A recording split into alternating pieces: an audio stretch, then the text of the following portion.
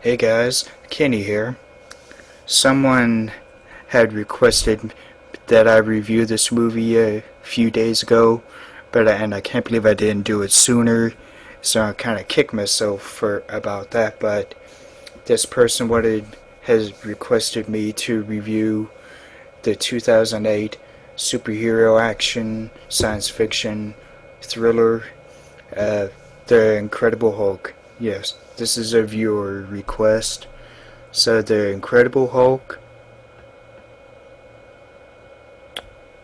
I really did appreciate how all the care that went into telling this story, because in a way it's probably the most complex and difficult story to get across in film than any other superhero story there is, in my opinion. And I like it. I loved the beginning credit sequence. They went through the backstory of how the gamma radiation infection, how that affected his body, and that was all in the opening credits. So it was good that it was just in that moment, because we got a clear idea of what went on and how it affected him just in that, and we can move on with for the rest of the movie. And I loved all the performances in this, all the acting performances from Edward Norton, Liv Tyler, William Hurt, Tim Roth, Tim Blake Nelson, and I keep forgetting this actor's name, but he played the love interest of the lead girl in National Treasure Book of Secrets. But it was so well done, and the special effects and makeup effects and visual effects was so beautifully done, especially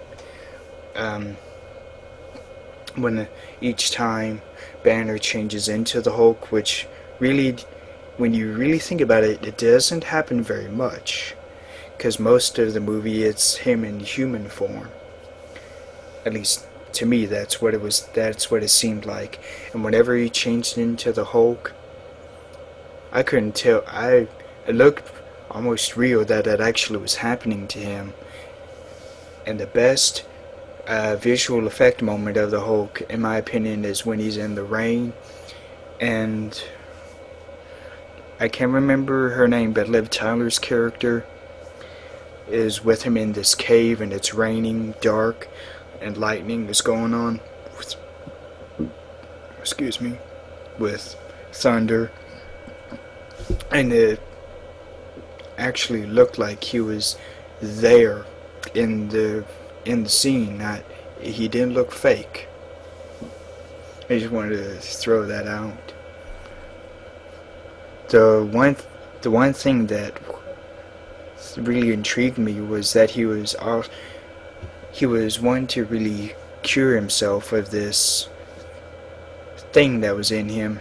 He wanted it out of him. He didn't want to keep it being like that. So he was controlling his anger, and he used this watch so he could see his heart rate. And that's when it was like when it went to 170 or more, his heart rate, that's when he would change into the Hulk. So he was practicing these anger management techniques to lower his anger.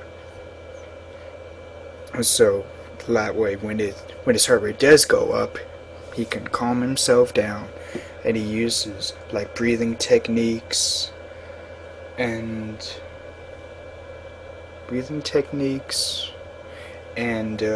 meditation to calm himself down. And it was also very well done of how he was trying to cure himself. He used his own blood at first and mixed it in with these little like flower things sent in from this scientist, I think, working at the college that I think his girlfriend works at. And that was used to try and cure him, but it didn't work. So I loved the scientific part of this movie. There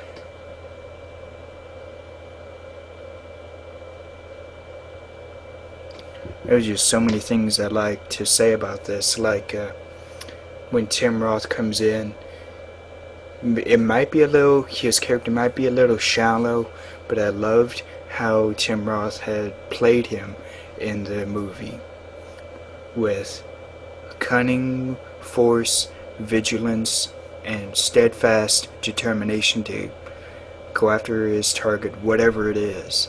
It ended up being Bruce Banner. And at first he thought the Hulk was something where he thought Banner and that thing were completely different things when they're the same.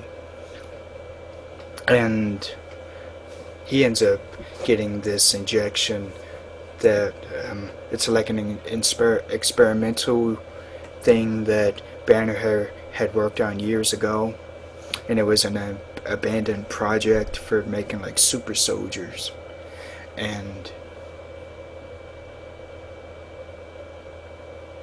Neil Blonsky, that's his name. Blonsky had that injection put in. Oh, he got it through his neck and then through his spine. Ow.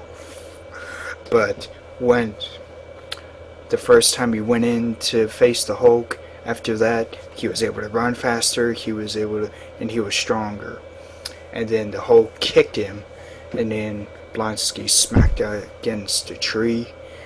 And it was a few days, like 3 or 4 days, that he was on this operating table. And then somehow, miraculously, he was all better, no problems. It was like when his face was all burned up, you see one of both eyes open up, and then the next scene he's all back together, cured, and then his body got a little more muscular. So that was a very good element in the movie. I'm not trying to give spoilers, I'm just giving my thoughts on what I really loved about this. And then Blonsky was stupid enough to get another injection, and then that's when he became the Abomination.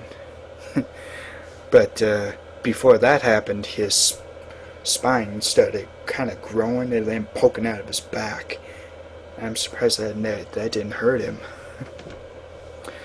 I really liked how William Hurt portrayed his character, because he had this, and I don't know, vendetta, but he had this hatred for Bruce Banner because Banner almost killed his daughter, played by Liv Tyler, and